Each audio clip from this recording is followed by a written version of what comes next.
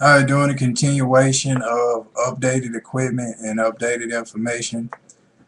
Now, I just previewed the previous one. I don't know if the Google engine is acting up.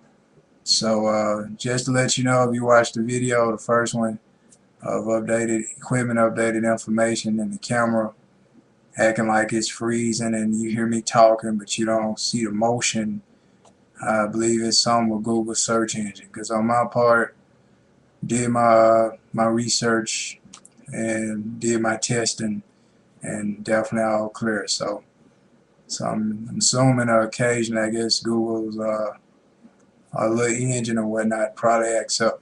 But anywho, just so you know. But moving on, like I was explaining you about cell phones and surveillance and 9/11. Also, just like on YouTube, as you can see, they have this little map. Like after you create your own video through YouTube, broadcast yourself, and it tells you where's your location, position your location, so others can know where you're recording from. But actually, it's for their personal reference. Their personal reference to know our location where we record videos. So once again, through the GPS to be able to track us. So we get on here talking about some, oh, Obama, you gonna die, and I'm gonna come to get you. Well, all they gotta do is trace and track us through our location on the map where it said position your location, where you at, and here they are coming to kick your door in, and you wonder where they come from, how they find me. Well, you put your location on YouTube, and not trying to help or assist any criminals or whatnot, but you see that through the court system or the justice system. All these people that's committing murders and crimes, getting they go free. Oh, you can let the Arkansas 3 go free. Oh, you can let Casey Anthony go free. Oh, you can let the guys who hung Jermaine Carter go free. Or you can let the people that beat up Emmett Till go free. And it's on and on and on and on. So me trying to help murderers and criminals or whatnot, no.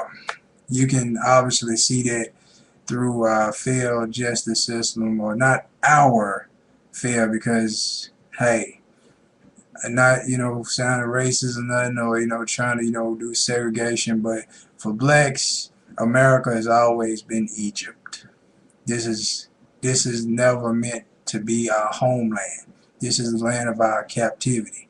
And the treatment of Obama is the proof that it's never meant to be our homeland. It's never meant for us to, you know, actually be a part of America and to help build America, to be a part of the prophecy of America, but not just be a part of America is accepting it as our homeland.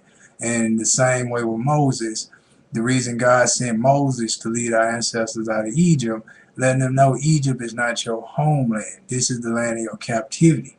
This is not the land I want you to be. This is the land I want you to get punished, the land I want you to be scolded and molded, but not the land of promise, not your homeland. So, but that's another topic. But moving on, Revelation chapter 8. I want to speak about Torchwood Miracle Day, and how in Torchwood Miracle Day it's a lot of subliminal messages. Now, for those of you who are familiar with this series, it's pretty much referring to this scripture right here, or two scriptures. Revelation 8 and 10, it says, the third angel, crystal clear, I'm just appreciating the love and equality. The third angel sounded his trumpet, and a great star blazing like a torch fell from the sky on a third of the rivers and on the springs of water. The name of the star is Wormwood. A third of the waters turned bitter, and many people died from the waters that become bitter. But it says the name of the star is Wormwood.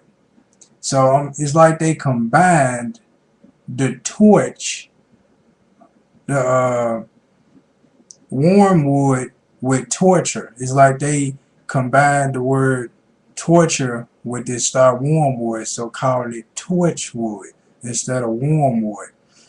But Revelation 9 and 6, it said, during those days men would seek death but would not find it. They will long to die, but death will elude them. And this is talking about the plague of where God is going to put a plague on this planet where it's going to be a lot of diseases and a lot of torture that's going to happen on earth for the people who heart to harden, that don't want to submit or don't want to try to open up to receive Christ, or at least try to learn of Christ. Those who are completely hard-headed and rebellious, of course, going to be a part of this plague where they're going to try to commit suicide and will not be able to kill themselves, no matter what method that they take. And it says also the torture scripture. This is verse 5 before that. It says, they were not given power to kill them, but only to torture them for 5 months. And the agony they suffered was like that of a sting of a scorpion when it strikes a man. But then afterwards, verse 5, it says, during those days men would seek death, but would not find it. They were long to die, but death will elude them. So they combine verse 5 with verse 10, torchwood. So it's like after this star came down, apparently the star already came down in the series, causing a miracle to happen. So that's why they call it Miracle Day, because the day it began is the day and the time frame where people couldn't die from that day that it began. So in this series Miracle Day, I see like subliminal messages. Like I see a group of these 3 guys, and they do this handshake, and if you can see from the side, it's like a V. And one more person, I mean, of course, you'll stick one arm out, another guy stick another arm out, and another guy stick another arm out, and it'll form a triangle. Okay, so I'm like, that looks like a trilateral commission. That looks like something dealing with the Freemasons. Alright. So then later on, that's when they gave little hints and clues or whatnot of talking about banks controlling the government controlling the people, and so, you know, the one where government, all that. So it's like subliminal messages in movies, in sitcoms. It's like giving hints and giving clues, throwing bits and pieces of the truth in a movie or a sitcom so it won't be taken literally. But those who are aware and study know that for this to be precise, that this is not fiction, this is actually facts. So that's why I'm looking at like, you know, they put this like real facts and this handshake and all this other stuff. So I find it interesting. There's a lot of subliminal messages in everything we watch. You know, all these movies. So not only does Satan has control over the music industry, but also the movie industry. They try to project satanic things or demonic things. And I find it quite odd. So make sure you pay close attention. Matter of fact, while that's on my mind, let me try to quickly turn to Isaiah. Now I want to show you something about the mark of the beast, and also the sign of the beast, or the star of the beast. And I'm finna look in Isaiah. Matter of fact, I might have to do a separate series, but I still got time. But I'm going to try to turn to it real quick while it's fresh on my mind. It's Isaiah 14. I got it. It says, how you have fallen from heaven, O morning star, son of dawn. Now this right here, it says, let me go a little further. It says, you have been cast down to the earth, you who once laid low the nations. You said in your heart, I will ascend to heaven, I will raise my throne above the stars of God.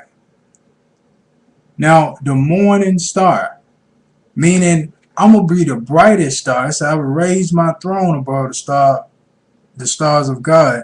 This right here, Isaiah 14, is in reference to the fall of Satan. So this morning star. Let me put this on your mind right here. Let me give you something to think about. And then I'm going to leave it at that. Now, morning star, okay? If you notice, with Islam, you have a symbol of a star. With the Zionist Jews, you have a symbol of a star. Within the street gangs, GD and VL, you have stars. And within the Freemason, you have a star. So you have stars in all these different organizations. Why is that? So let me try to find Amos real quick. Morning star. Like, where did they get this star from? Because David, if you look in Chronicles or if you look in Samuel, you do not see a star from David. Some may say, oh, this is the star of David. David did not have a star. The star came with Solomon. When Solomon started to worship Baal, and some of Israel started to follow up after Solomon, worshiping Baal. Now, in Amos chapter 5, verse 26, it says, you have lifted up the shrine of your king, the pedestal of your idols, the star of your God, which you made for yourselves.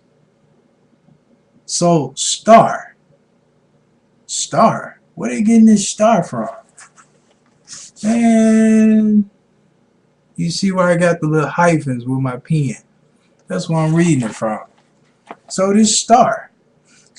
So right there, you see, yeah, satanic evidence. You see in these symbols. A lot of people didn't think about that. I'm like, why all these stars and all these different organizations? Where Satan told Jesus, I have many kingdoms set up on the earth, and I should make you ruler over all these kingdoms. What are these kingdoms that Satan has set up on the earth? The ones that has the symbol of Satan. The morning star. So, star in Islam, star in Zionist Jews, or so-called State of Israel, stars in GD and VL and the street gangs, and Crips, star in Masons. This star, this symbol of all these organizations that are not of Christ, that are antichrist. Something to think about. But anywho, as far as for me, saying to you, peace be unto you. Christ for life. In HD, by the way.